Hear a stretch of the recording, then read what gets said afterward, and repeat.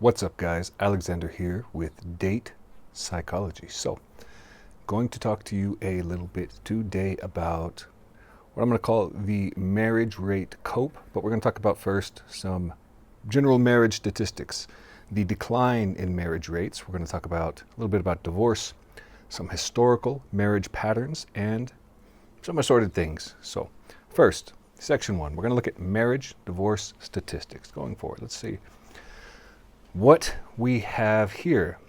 These, I believe, are from the University of Boston. In this video, I'm going to put up a bunch of links to this. So all the first charts from the same source. We see here a trend of marriage rates, right? Looking at 1900 to 2020, declined. High marriage rates in the past, low now. And people focus a lot on this. They look at these marriage rates, they say, oh my goodness, marriage rates way down. So keeping that in mind, we know marriage rates right now pretty low as far as recent modern history, and we know they're relatively low as far as modern history going back a little bit further than that. Let's go on and see. This shows currently married individuals. The peak, it was about in 1960. 65% were married. Now we're at 46%, the lowest it has been. So, low currently married population, right? Why is that? Fewer people getting married, and also, if people get married later in life, that's also going to affect these statistics as well. So, you have these two things combined. We see higher number of divorces as well, right? The yellow filled in area there. And so divorces also have increased, but we will get into some details about that because people think the divorce rate is up, but it's not. But let's go on now to the next chart. Differences by groups. This is important because people look at these rates and they tend to apply it to themselves. It may apply to you more or less depending on the group that you are in, right?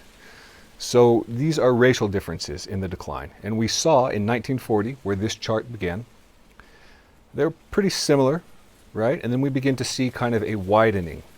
And we still see, for example, Asian individuals in the other category didn't have as much of a decline. White individuals had more of a decline. Black Americans, the largest decline here, right? They have the lowest of individuals that are currently married in that case. Let's go on now and look at another one. Educational differences, also very important. A lot of people believe erroneously that having a higher education is associated with divorce. It's actually the opposite. I've written about this in the past.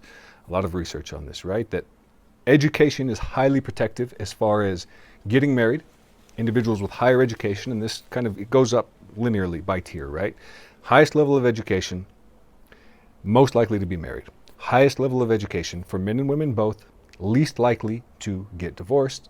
There is a caveat here. It's that women at high levels of education are a little bit more likely to initiate the divorce, but they're less likely to get divorced in the first place. So, education is something that you want to look at in a partner. Why do we see something like this related to education? Is it because if you go to school, it's going to make you better in a relationship? Maybe there is a causal effect. It could be related to income as well, which is also protective of divorce and predicts marriage, right? Higher income individuals.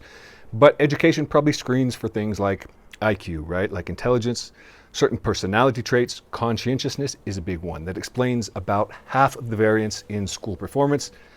Big deal, conscientiousness in the big five personality, right? For relationship functioning, essentially. What is a conscientious individual? Someone who pays attention to details, to the rules. They follow kind of the norms of the relationship, that sort of a thing, right? They are thinking about other people to some extent. Agreeableness factors in a little bit here as well. Let's go on now to the next chart. These are some additional statistics from the same paper. We saw divorce has increased, so we can look at the actual numbers here. The lowest was in 1960. Now the peak, 15%. And I say now, this was actually from 2018, but it's pretty similar now.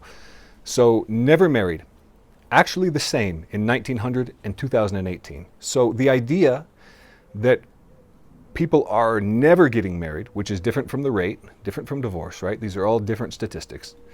That, we're not actually at a unique historical point, right? That goes up and down a little bit. There have been periods in time, 1900 for example, where you had a large population of individuals that never married. And we're going to look at some historical rates of marriage. We're going to look at rates and also a percentage that was not married. And we're going to see kind of similar trends going back a few hundred years as well. The low of being never married, 17% in 1960. And the 50s, the 60s are really an anomaly in many ways across the last 500, maybe 1,000 years of Western history. We see extremely low rates here. And when people tend to think about traditional marriages, what they look like, those kind of roles, and also the really high rate of marriage, like practically everyone gets a wife, right? A lot of the time I think they're thinking about this period, the 1950s and 60s. And they tend to extrapolate from that to earlier times, like this is a very recent thing, but it goes up and down. And like I said, we will look at that. So going on now to the next slide. Divorce rates, right? They actually have declined recently. 1990, it was 19 per 1,000 people married. 2019, 15 per 1,000 people. And if you look at more recent statistics, this is up to 2019, but up to 2023, the same trend. Divorce rates are going down. And age is important here too. We're going to go to the next slide and we're going to look at some trends by age. Okay. We see 1990 in the chart and we see 2019 in the chart, and we have the bars grouped by age and the total. So we see the total divorce rate has gone down, as mentioned in the previous statistics, but we really see this effect strongly by the youngest individuals. Individuals getting married between 15 and 24, and they include these very young ranges because I guess some people do still get married that young, way, way down. 1990, 47.2%. 2019, 26%, so almost halved for the youngest individuals getting married. You see that trend all the way up to age 34. You see it a little bit all the way up to 44. Then what happens beyond age 44, or beyond age 44, right? You begin to see a reverse, that the older generation is getting divorced more in that sense. Or I should say, that the older generation is getting divorced more now. Why is that? Probably because a lot of people that are older were married in a time when divorce was more difficult, less socially acceptable. They might be in marriages longer that they've learned, like, I don't really like this, but that wouldn't explain some of these differences because, you still see this by age. So it's not just like I've been in the marriage longer.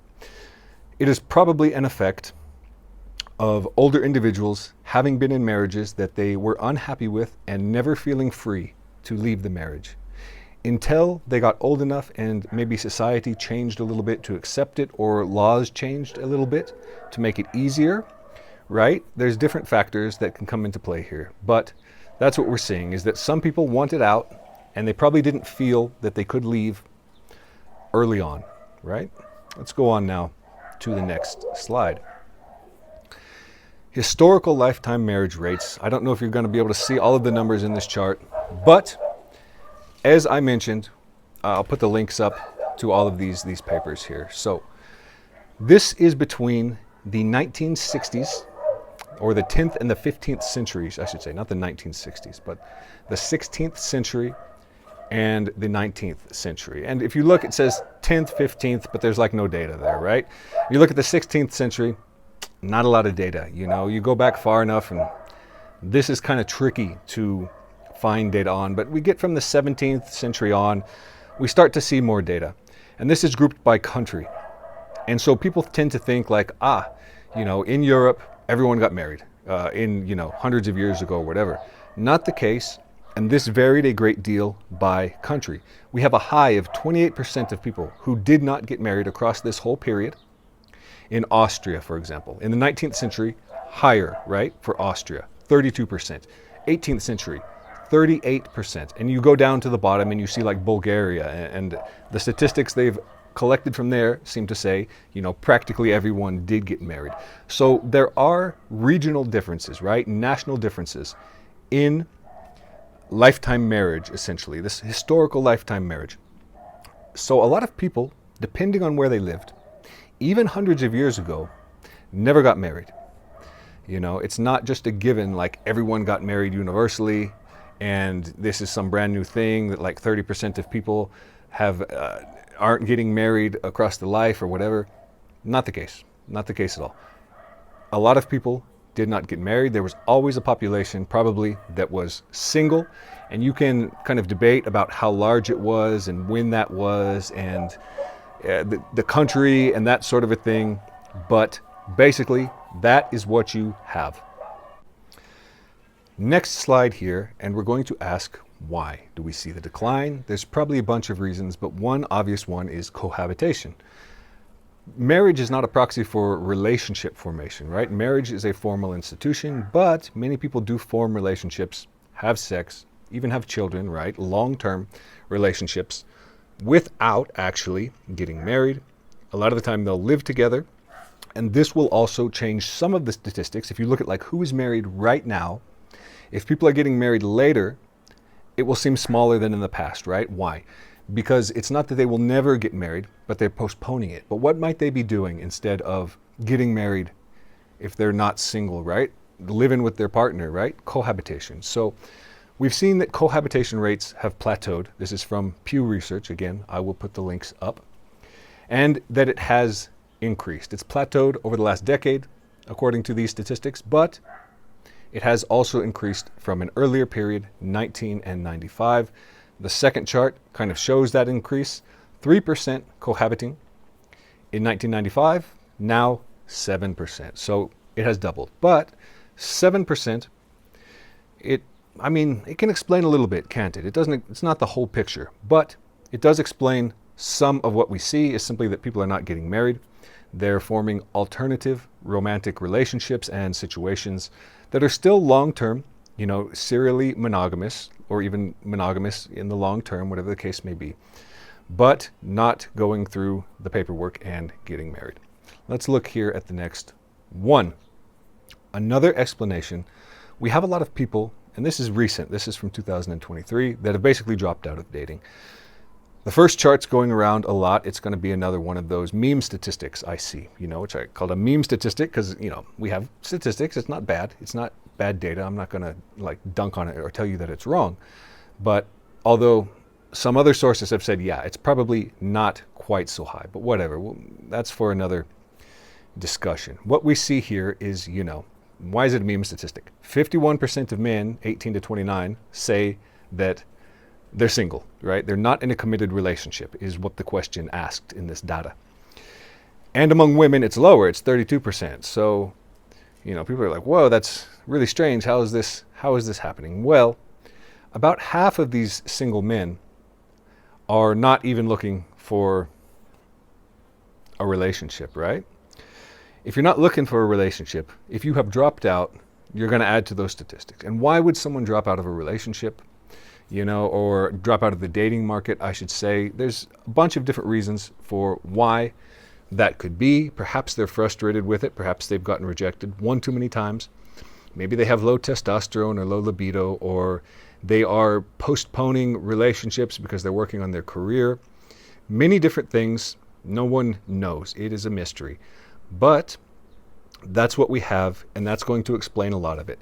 If people are not like aggressively trying to get married at age 20 or something, you know, which is a low age as well. And I didn't include any of this in the slides, but historically, the European marriage pattern, you see marriage ages, I think, that are higher than a lot of people think. People also tend to think people got married really commonly at like age 16. That might have been the case if you go back, you know, 2,000 years or more. You see lower rates, at least according to Roman inscriptions on tombs, on graves. But if you begin to look at records, you know, in the last 400, 500, 600 years, whatever, you know, little we have, it indicates that the rate is a little bit higher, you know, or the age is a little bit higher. We're looking at like 23 to 30, you know, 23 for women, 30 for men. You see a little bit of an age gap there, but it typically wasn't like minor, for today's, you know, laws, minor teenagers getting married. That didn't seem to occur that much. So with that digression, the important takeaway from this slide, some people aren't trying. You don't try to get married, you're not going to get married. It's going to lower the rate, right? Let's look at the next one here. We're going to shift to a new topic, arranged marriages, and this is going to tie in to the second part. We'll see kind of why we talk about this. So a lot of people think that arranged marriages were really common in Europe. And more importantly than that, people conflate arranged and forced marriages in their discussion of that. They tend to think that, okay, an arranged marriage is a situation where a woman has no choice at all. The father basically sells the daughter to a man, you know. And this is an important distinction in research on arranged marriages, is that across the globe, even today and historically, that's typically not what they look like. Arranged marriages were usually not without female choice, and they usually were not necessarily to a complete stranger or to an individual that was undesired in that sense. So the way that these would often work is two families kind of agreeing together, presenting multiple suitors to a man and a woman. And this is still the way that most arranged marriages work today. If you look at someplace like Saudi Arabia, you will have two families. They say, I think I know someone for you. They present them, they get to start to spend a little bit of time together, get to know each other. But if one of those two people doesn't like the other, like a lot, you know, if they really say, I'm not going to do it, it's not going to happen, you know. And there are exceptions around the world to this. You know, the Afghanistan model, for example, where we do see people purchase extremely young brides, right? You know, 12, 13-year-old girl, basically traded for some money or whatever, the currency, whatever they're being traded for. And, you know, very little choice, zero choice for the women in that case. But Western history is not the Afghanistan model today. You know, Western history is more kind of like what I described in the case of Saudi Arabia, that you would have individuals in a locality, the families knew one another. And we'll get into this in a subsequent slide. Probably the two individuals knew each other ahead of time, kind of grew up together, right? You're talking about people living kind of locally. They probably liked each other already. There has always been courting in Western history. You know, there has always been kind of like people who like each other and want to get married. And yeah, families have always had more of a role in mate selection than they do today. That's probably true, right? That it mattered what families think. But it wasn't all like a patriarch selling a woman to a man. That's kind of a fiction that people have invented, or perhaps they have extrapolated that from some non-Western history, or they have extrapolated that from some history very, very far. Perhaps they would like a slave and they're thinking of something like that. But typically it's not the way that arranged marriages have worked in Western history. So now there are some exceptions to that where people had fewer choice, I should say, before we go to the next slide. You see this in the nobility, in arranged marriages for political gain, right? Then you do tend to see larger age gaps and you probably see lower choice. It's kind of like, yeah, you got to get married, you know, to that duke, you got to get married to that king. It's very important politically. So you might see in cases like that less choice. Let's go on and look at the next one. This is an example from the Victorian era. Again, link to this paper I'm going to put in the description. Some highlighted parts, I'll read them. I'm not sure if you will be able to. So, in Victorian England and the United States of the 19th century, traditional courtship took place at the home of the woman. Women usually regulated this calling system. Courtship occurred in the house of a woman, and she could control this process. She could test patience, loyalty, faithfulness, and love of her wooer by setting obstacles in relationships. So this is not a situation where a man has a woman, a daughter, and he pairs her off and she has no say in it, right? This is the Victorian courting system where a woman will have multiple suitors. They might be found by, she might have met them previously, or they could be found by the family. And they could say, hey, I'd like to introduce you to someone, right? I want you to meet someone. I think he should come over for some tea or whatever. And they can kind of hang out supervised a little bit and get to know each other and then decide, like, do I like that person or not? Then he leaves. Then another guy comes and say, no, I can't. I have another engagement today. And so now she's testing another guy to see maybe this is the guy that I like more. So there was always female choice. And in this Victorian model, as they say here, Women were more involved in this than men, which is kind of interesting. Let's go to the next slide here. This is a Zulu example where we also see arranged marriages. And I'll read this to you as well. In Zulu culture, beads serve as messages in courtship communication. Girls communicate their desires to the loved boys with their beadwork to avoid the direct initial sensitive conversation. Boys ask their female relatives to explain beadwork symbols because the design and the patterning of the colors have special meanings. So this isn't a culture where there is no family say, but you see courting ahead of time. You see that women express interest in men and that men express interest in women, probably supervised to some extent within the community, but that mate selection occurs ahead of time. And I think that's something people get wrong in arranged marriages. They think that the woman has no choice at all, and that's not the way that they look. And certainly it's not like it is today, right? Where people are entirely responsible to procure their own mate, 100% choice. Doesn't matter what anyone else says. It's not exactly like that. But it's also not like, oh, I picked a guy for you, you're going to marry him. That's usually not the way that it is either. Let's go on now. This is premarital pregnancy that shows rates of premarital pregnancy between 1550 and 1950 in a few different countries here. We have England, France, Australia, and, well, those three. Pretty high rates of premarital pregnancy in some of these countries. We see 20%, from the 1500s onward, in England all the way up to 40% by the 1800s. We see, I guess maybe that would surprise you, right? I think it surprises a lot of people when they think like everyone was a virgin. They got paired off to a man, virgin on her wedding night.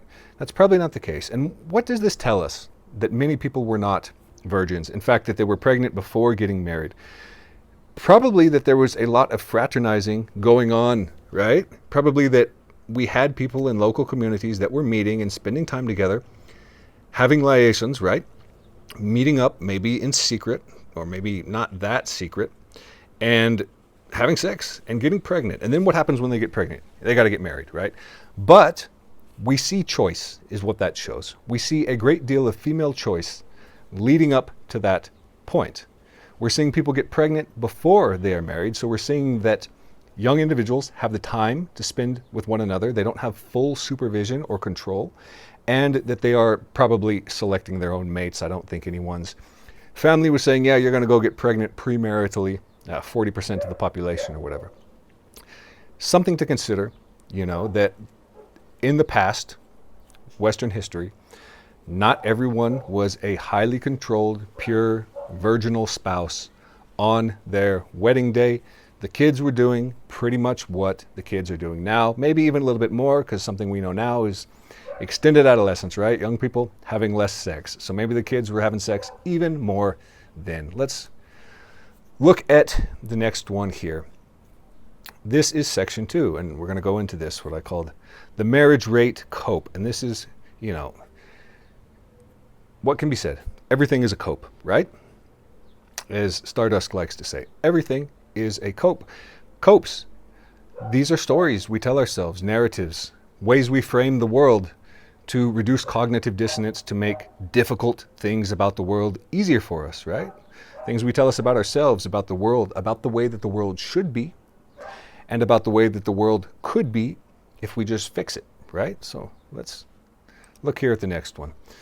Some people want this. I just pulled this tweet, but I see things like this all the time. So not to put this guy on the spot, but using it as an example, because I thought it was actually well phrased and encompasses kind of this desire that I seem to see a lot of people have.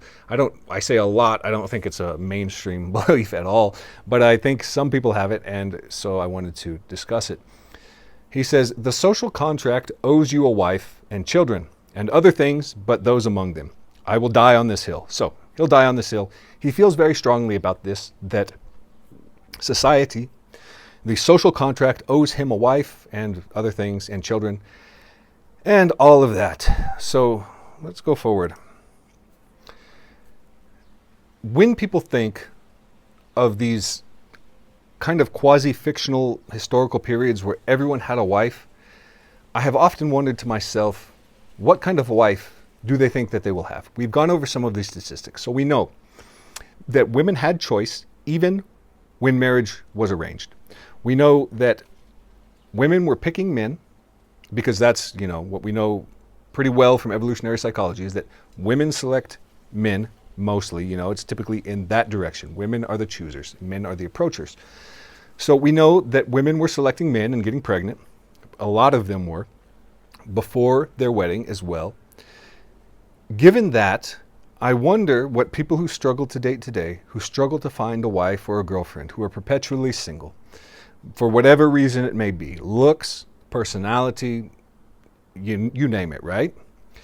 When they imagine these historical periods, the beautiful tradwife, what kind of person are they imagining? Is it the person in the first picture here? Or is it the girls in the second picture here? I think many of these people like to imagine that their wife would be attractive to them and would be beautiful to them, right? And I've seen a lot of these guys as well complain, and not without reason, about high rates of obesity, about wanting a wife who behaves a certain way as well.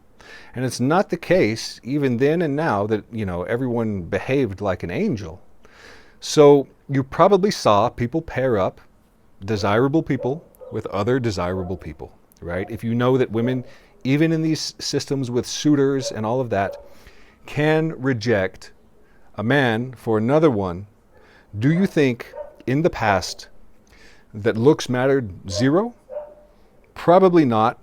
Looks have probably always mattered, and so have other personality traits and behaviors, status, all of those things, they still came into play. So when people think about this, I think they need to think that maybe the relationship they were in would not have been as desirable as they would have liked. Let's go to the next slide.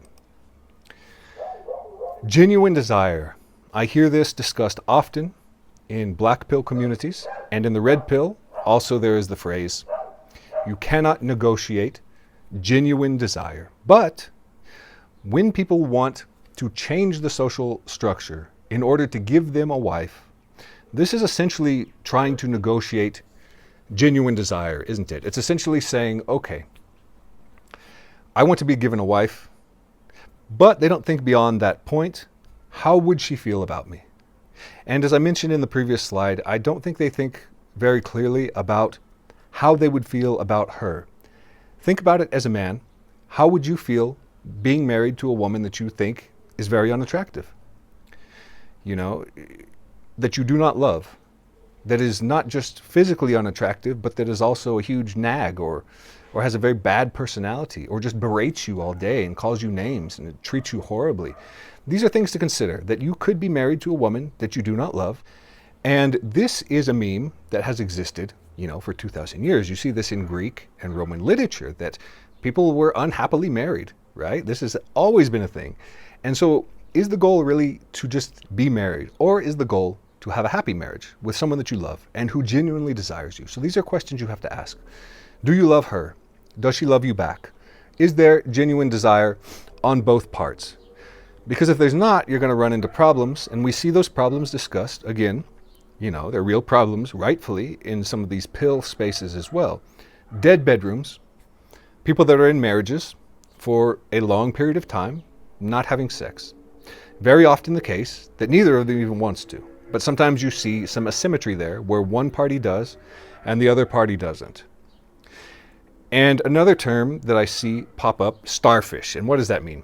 Someone just lays there while, you're having sex with someone that is clearly disinterested in you, and she's grossed out and she's just laying there. That sounds pretty awful. It sounds like, would you even want to have sex with someone like that? That sounds really bad, guys. It sounds like a disaster. I think some men maybe, if they have never had a relationship at all, they think that would be better than nothing, but I think you guys, if that was your experience, I think you would not actually like that. I think it would not fulfill you. I think it would not be what you want. And when people talk about like genuine desire in these communities, and they say, you could be a bed of bucks or whatever and be in a relationship, but you will never experience like the genuine desire that Chad has. This is kind of extreme, you know, I don't think that's the case, but I do think there is a grain of truth there, and that is that if you were in a relationship with someone who does not have genuine desire for you, that's going to be really bleak, guys. And that's what you're pretty much asking for when you say, I want to change society because society owes me a wife. You know, you're going to get paired up with someone who you probably don't like. If you can't get a wife, you know, in this environment, probably going to get one in a different one that you don't like that much. There's not going to be genuine desire. It's not going to be the relationship that you hoped for. Let's look here at the next slide. Another question to ask: would her family actually like you? This is important, and why? We've seen that family has a big role in mate selection, doesn't it? Both in the kind of character, where it's like a father sells the girl to the husband, which mostly did not happen, or the actual arranged marriage suitor courting tradition, right? We see that you would have to impress someone's family to even be presented to a woman. And this raises some questions, like what kind of person would present you to a woman? What kind of family if they don't like you? And why might they like you? Well, it depends how they feel about their own daughter, doesn't it? It probably depends a lot on what they value. Some people might literally just say, I just want her to be married to a rich man. But if women are involved, which seems to be the case, that women were more involved in this than men, you might see other things come into play. And something we know from modern research is that there's actually a very high correlation between mother and daughter preferences in men, right? Mothers and daughters like the same kind of men, both using vignettes that describe like what the man is like, and also when rating pictures. This is something that's heritable, you know, in twin studies, identical twins, correlation of about 2, so it's not super high, but it is something that's heritable. We see correlations there. And there is a high correlation with mother-daughter preferences, probably because it is not just genetic. It probably, you know, it has the gene-environment interaction going on, doesn't it? You have people raised in the same environment with the same values, exposed to the same people and the genetic preferences, and then you're going to get a higher correlation for the actual preferences, right? You're going to see, okay, yeah, the women that daughters like physically as well as behaviorally, kind of similar to the men that the mothers like as well. Another question here: would you be able to outperform all of the other suitors being presented to that woman that you actually desire? Because assume that this woman is high value, and however you want to define that, she's very beautiful, right? Or she's very virtuous. Whatever the case may be, there's only so many high value people in a population to go around. The competition for them is stronger. And this is, again, something we see in a modern environment. A good recent paper on that, I don't have it up here, but I will try to put the link to that as well. Assortative mating for attractiveness. It's up there. It's up there. It's about 0.5 or 0.6. So we see people pair up with others who look like them. You know, people that are higher in physical attractiveness select others.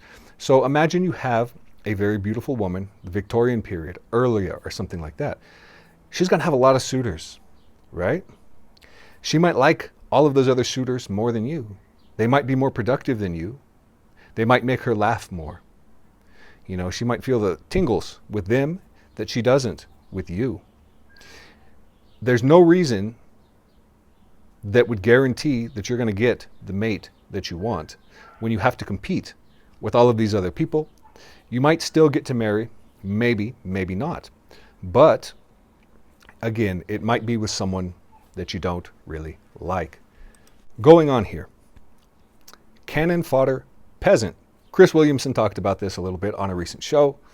We talked about this on Twitter a little bit, and he kind of fleshed it out. So here's the idea, and this is a question that you have to ask yourself.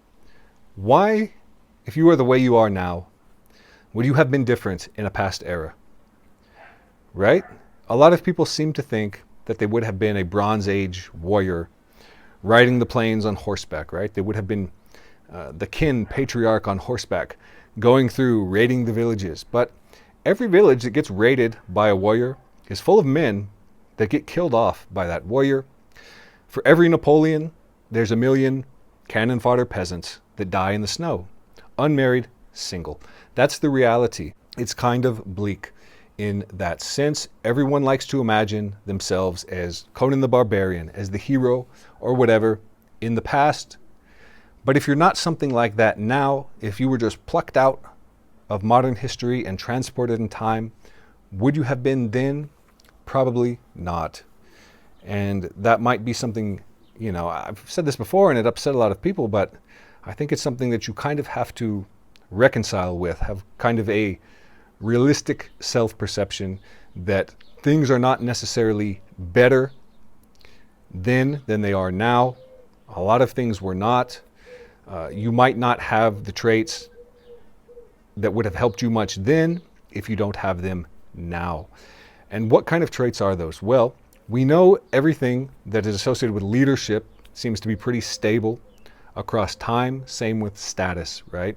And probably physical attractiveness as well, based on evolutionary psychology. The traits that were attractive then are the traits that are attractive now. They're going to be appealing, you know, even in an arranged marriage. They're going to be what the mother likes, what the father likes, what the daughter likes. And that can be like, are you productive, right? But not just are you productive, because that's only going to get you so far. But, you know, are you appealing? Do you take care of yourself? Are you likable? You know, does the mother like you? That's probably a really big one with these arranged marriages, right? It's kind of like, you know, somehow you're going to be introduced to them. Did you even make a good impression? Or did you make a horrible impression? All things to consider there. And something else, I guess, before we go on to the next slide. We've seen that there are very high rates of things like neurodivergence, depression, anxiety in populations that struggle to date. And certainly that's not, you know, their fault. They're not bad people for that. It's just what it is, that certain things are going to make it harder.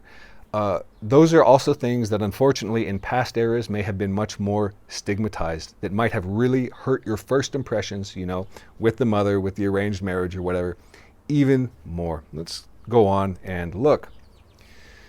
Society owes me a wife. That's the idea that we started with, isn't it? That it is part of the social contract to be given a wife, as if a wife is a thing and not another human being. It's important to ask yourself, if society owes you a wife, if the wife has duties to you, what are your duties to the wife? And I never see people who say these sorts of things really indicate that they would be able to meet those duties and expectations. Male duties to a wife, they're talked about in the Bible, they're talked about in the Quran, they are talked about in Roman religion, and throughout human history. You know, there are expectations, and it isn't just financial. It's not just, you know, I kept her alive like a slave. There are certain behaviors that were set as the ideal for a marriage. And there are certain psychological behaviors and traits in an individual that will make it very difficult for them to meet those duties and those expectations. And we can rephrase it from just duties. We can say very difficult to even have a good relationship and not a completely miserable relationship. Because again, people are thinking, I want a wife. They never seem to say, you know, I want a really good, loving relationship. So if you are someone that hates women, and I'm not going to say, because I don't believe this, that all men who struggle to date hate women. Obviously not. Not the case. But some of these people do, and they will pretty much tell you. If you hate women and you're in a relationship with a woman, you're going to have a really hard time, guys. That's going to get in the way. Are you argumentative? Just throwing out some examples here. Certainly not a comprehensive list. Are you someone who fights a lot? These people have horrible relationships, okay? Are you abusive physically? You know, this is something that hasn't always been a crime, but it has always been associated with low virtue, right? Someone who does not meet their duties. Are you neurotic, emotionally unstable? You know, do you have other traits or behaviors, whatever the case may be, that might make a relationship very difficult for you? These are things that, you know, throughout Western history were expected of good men. And there's still things that are expected of good men today. I understand the desire to get married, to have a wife, to have someone who loves you. But when I see people who don't meet any of these criteria, right? Who do not indicate to me that they could be a good man, that they could fulfill their duties as a husband. I'm less sympathetic when they say, we need to change society because society owes me a wife. Before thinking about what society owes you, you should ask yourself, what's going on with me that makes attracting a wife so difficult in the modern era? If you've had relationships in the past, why did they not work? And really examine yourself. Would I be able to live up to all of the traits and characteristics that's going to make my relationship good, virtuous? Could I fulfill my own duties before expecting other people to fulfill their duties to you? Because that is also part of the social contract, that if you do not fulfill your own duties, you cannot expect society to help you or your wife to be good to you, right? Because certainly I think that is what you would want, right? In these TRADWIFE fantasies, you would want a wife who is good to you, who fulfills her duties, who does certain things. You want her to take care of the house and raise the children. There were very high rates of infanticide in ancient Rome. Throughout European history, I think much higher than people realize. Do you want to have a child and then have your wife smother it in the night because she hates your guts? These are things that have happened. Here's a small table, okay? And these are inscriptions of male tombs in Rome, about 2,000 years old. These are the virtues that were put onto male tombs for husbands that had died. And so they tell you what makes someone a good husband. The very first one, the most common one to be seen, it means well-deserving. So that's a question to ask yourself from this traditional point of view. Are you deserving of a wife? Are you well-deserving? The second one, right? Dearest. Are you someone that your wife or the woman that you're with would say, he is the dearest thing to me in my life, right? Sweetest, basically. Is this someone who is kind to me? Which is also one of the most highly rated traits in evolutionary psychology that is attracted to a woman. It's interesting that we see this used so frequently on Roman inscriptions, that sweetness, kindness, that sort of a thing matters, right? We have some other ones on here, right? Like rare, incomparable, those sorts of things, exceptional. These are things, pious and holy, most holy is one on here. So it's expected that a husband be virtuous in many, many ways. I think many of the men who are extremely angry and hateful and all of that simply are not, and they're going to get mad that I said it, but there it is. That's simply what it is. I don't see that some of these people would do well in a relationship. I don't see that they're meeting the virtues and duties and expectations of what would essentially make a marriage ideal or good. Let's go on. We're going to look now at the last slide. Some final thoughts. Unmarried men. Always high, right? We've always seen a lot of unmarried men. And I mean a lot, right? We see variation by nation and by time period. In some nations and time periods, we see relatively low rates, but in others, very, very high. So it is not entirely exceptional, the modern trend. It is different, right? We do see high rates right now, but it is not something that has never been seen up to this point. We see, something else to consider. Final thoughts. Men with hated wives who hate them. This was a boomer meme. You can see boomer comics from the last 50 years on something like this, and it's kind of like, I hate my wife. My wife is a nag. And the wife is like, I hate my husband. Okay, well, that's your life now. You're stuck with someone who hates you and you hate them. Is that the wife that you wanted society to give you? That's the social contract, that relationship? Doesn't sound appealing to me. If that's what you want, I mean, I can't tell you that you're wrong, but I can tell you I don't think you're going to like it. And you probably haven't thought it through very well. We see high non-virginity. So we see a lot of female choice, mate selection throughout history. Arranged marriage was never, I'm going to choose for the woman because she's so dumb, she doesn't know. Yeah, women were choosing, their mothers were choosing, right? You see a matrilineal kind of arrangement of mate choice in that sense. And yeah, they were picking their mates before they got married in many cases, getting pregnant and then saying, we got to do a shotgun wedding now. But whatever the case may be, it's not the case that women had no choice, or that you would simply be granted a wife by society, or that you would be free from any of the burdens and expectations placed on you as a man to acquire a wife, which probably includes all of your behavior, being virtuous, being able to meet the duties, and financially secure, and probably also, giving a good impression to the family, being physically attractive. We know about attractiveness biases and what they do. I don't think it's simply a modern phenomenon, and I think it is an evolved human psychology in that sense. It's very likely that in past historical periods, people also had, pro-attractiveness biases. And you would have to compete with many other men in these situations, regardless, to get the woman that you actually wanted. Anyway, hope you enjoyed the video. I will make another one for you very soon. Like, subscribe, hit the bell, and talk to you